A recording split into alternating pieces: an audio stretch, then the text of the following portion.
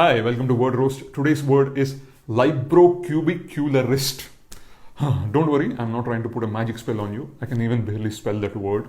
A librocubicularist is a person who reads books in bed. Remember, somebody who reads books in bed. If you're reading that stupid TV scrolling news on bed, you're not a librocubicularist, you are just an insomniac. Get it treated.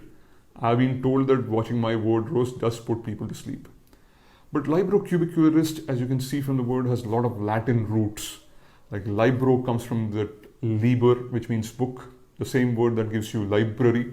But don't confuse it with Libra, that star sign. If you still believe those things, you're not reading enough books.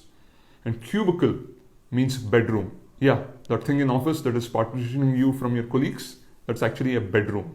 So next time your boss scolds you for sleeping in office, tell him you're doing exactly the thing you're supposed to do in a bedroom. At least one of the most important things you're supposed to do in a bedroom.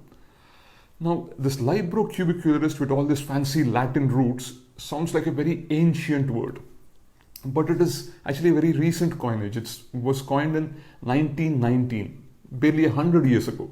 But I have living relatives older than this word. My mom has leftovers in the fridge that are older than this word. This librocubicularist, though sounding ancient, is very new because humans were not always reading books in bed, because it's not simple. It took a lot of human evolution for us to come to a stage where we could actually read a book in bed. Because to read a book in bed, you need three things: a book, a bed, and a bulb. Yeah, I'll explain. See, ancient humans did not have books. We had manuscripts, we had goat skins and leaves, which were very rare and difficult and cumbersome to actually read in bed. So it took the invention of the printing press and actual convenient books to come about in the 16th century so that we could always read a book while holding it in our hands. Even then, the early books were very heavy. Like to hold a book like this in bed, it required very strong arms. And if you had such strong arms, then you must be a slave and you're not allowed to read. And so it took a while for some light-weighted books to come about. And then you need a comfortable bed, and which came about only in the 17th century. Before that, beds were like made of straw, goat skin, full of fleece. Not a comfortable place to read 50 Shades of Grey. A nice place to enact, but not to read. So once the books were there and the beds were there, in the 18th century, things were not easy because to read this book and bed, you need light.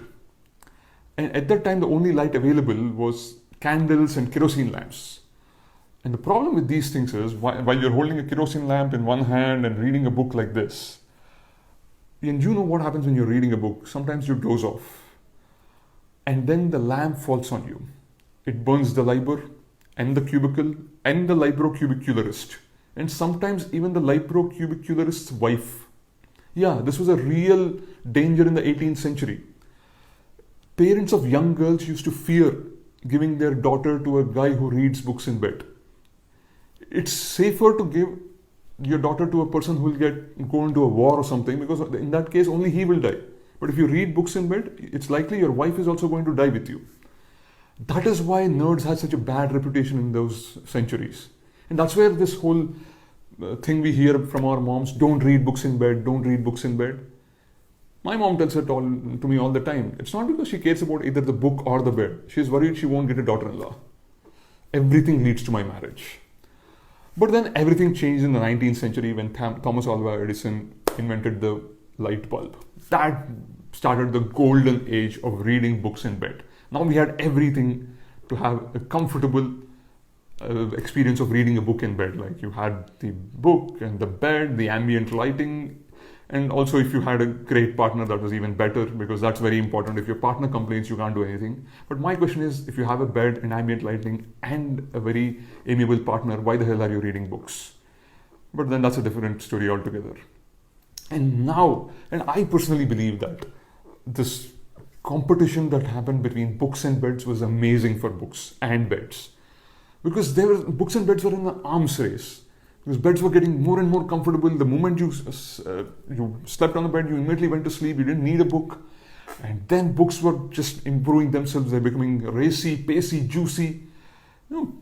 Da Vinci Code just doesn't write itself. And it was amazing books have been written in the last century because they have to compete with beds. Now, I know some people complain, modern books are not that great, they're nothing worth remembering. They can't be, like they're competing with memory foam. Come on, be thankful for something. And I'm happy we are able to read books in bed, and we could be the last generation of people who are reading books in bed.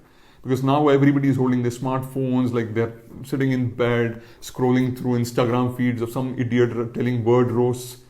We will be the last generation of people who are reading books in bed, and we should relish it because this was a culmination of millions of years of evolution, centuries of civilization, dozens of inventions, that finally we are able to enjoy this moment. And also, we probably are the only generation who can tell about reading books in bed to our grandchildren, because the previous generation which read books in bed never had an opportunity for having grandchildren, either which way. So relish this moment, stop watching these stupid videos, go read a nice book. See you again with another word roast. My name is Sai Kiran.